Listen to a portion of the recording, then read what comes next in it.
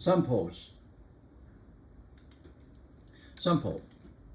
As shown in the figure, AB equal to 2L.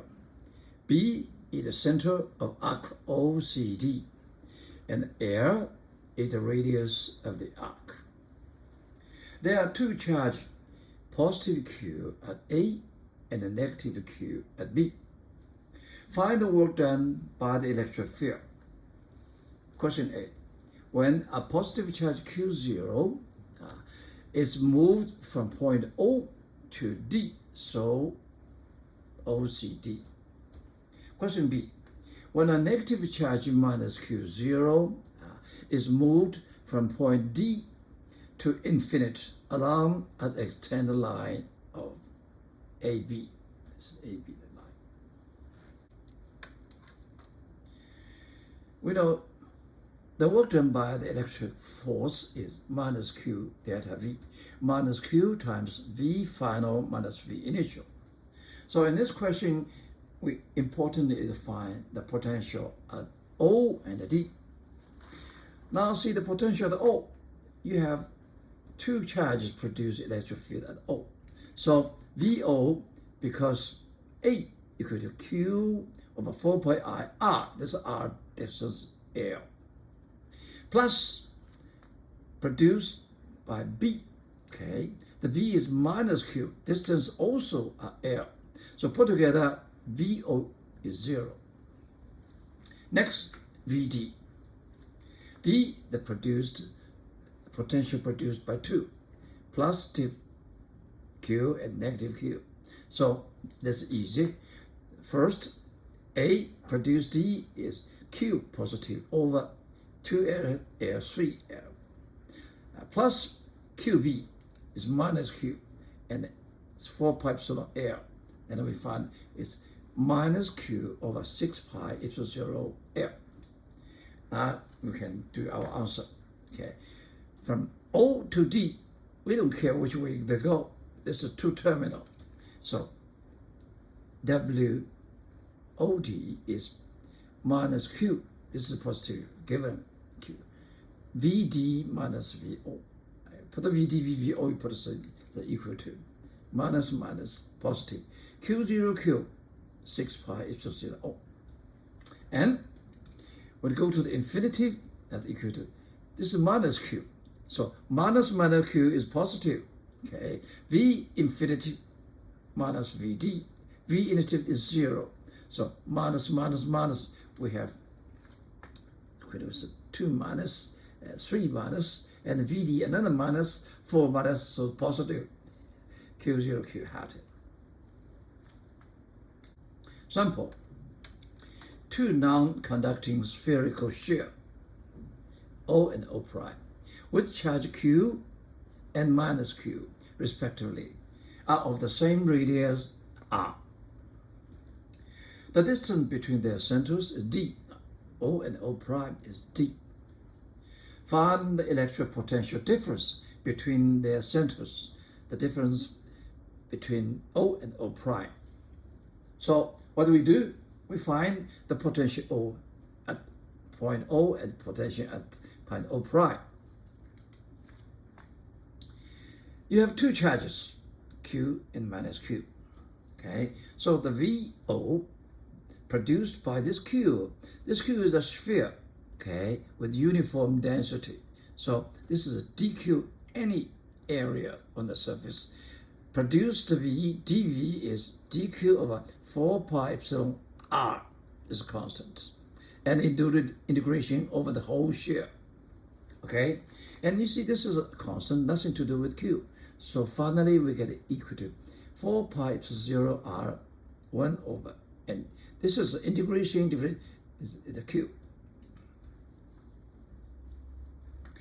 Now the potential at point O also have a contribution from minus Q.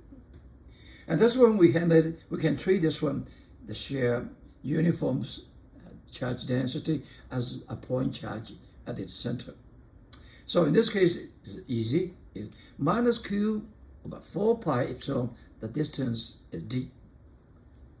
And then the potential at point O is the sum of these. Okay? You put them together. They cannot cancel out. One is R, one is D. And the same reason, the same procedure, we find the potential at O prime. We exchange R and R. Okay, so this is RD and this is R. Okay, then we can find the potential difference.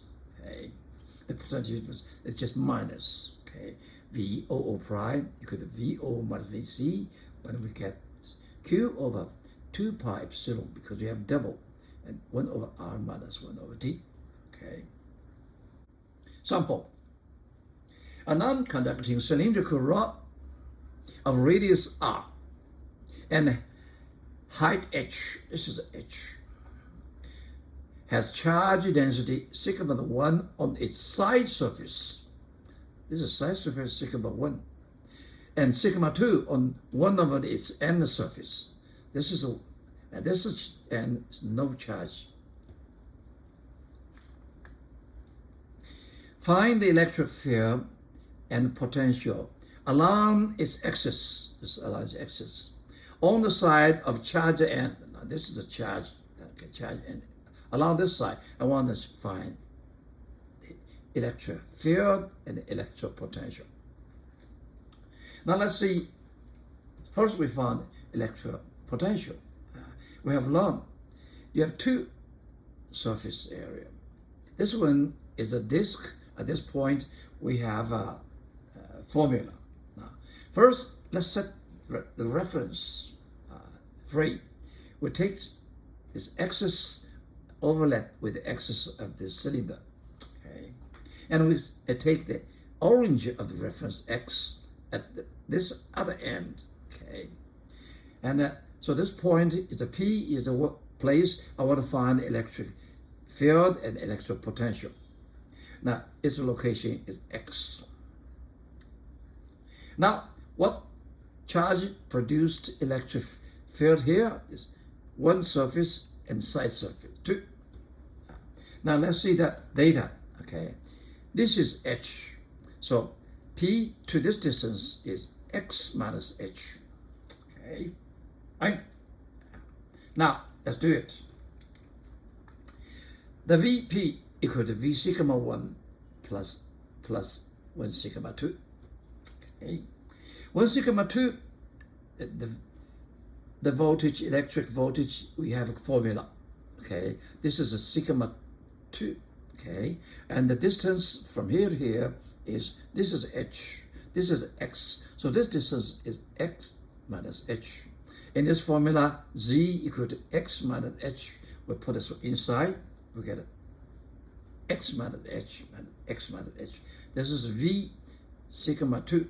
What is the V at point P produced by this surface area? Now, how about this side surface? It looks like a little bit complicated, okay? But actually it's not. We divide this side surface into many ring, surface ring, okay? You see, suppose in general, this ring is cut at location x prime. We see all these dq surface charge to the distance p is the same. This is r prime.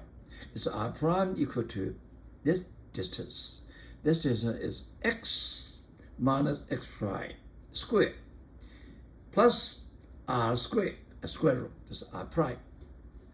So from our previous study, we see that V's at point P by surface Q1, we divide it into many surface ring. Each ring to the distance is r prime. R prime equal to x minus x prime plus r squared square root. This is what, okay? And this ring, the Q, is surface area is 2 pi r dx v, dx prime v. Okay, multiply the charge density sigma 1. So this Q prime equal to sigma 1 multiply the area is 2 pi r, this ring, multiply dx prime with this. And as we do the integration from 0 x primes from 0 to h. They cover everything. Okay? They cover everything. This integration looks complicated. Actually, it is not. This is equivalent to dx over square root x squared plus a squared. So it's very easy. We check the integration table. We can get it. Okay? We put limit x prime equal to 0 to h. So we get this one. Now we have a two-part. And by symmetry reason, E should along the x direction. So Ex by our relationship equal to minus rho VP rho x. And VP we have two items. Okay, one is from sigma 1 side surface, one is from this end, sigma 2. We already find these two. We do the derivative. It's tedious, trivial, not difficult.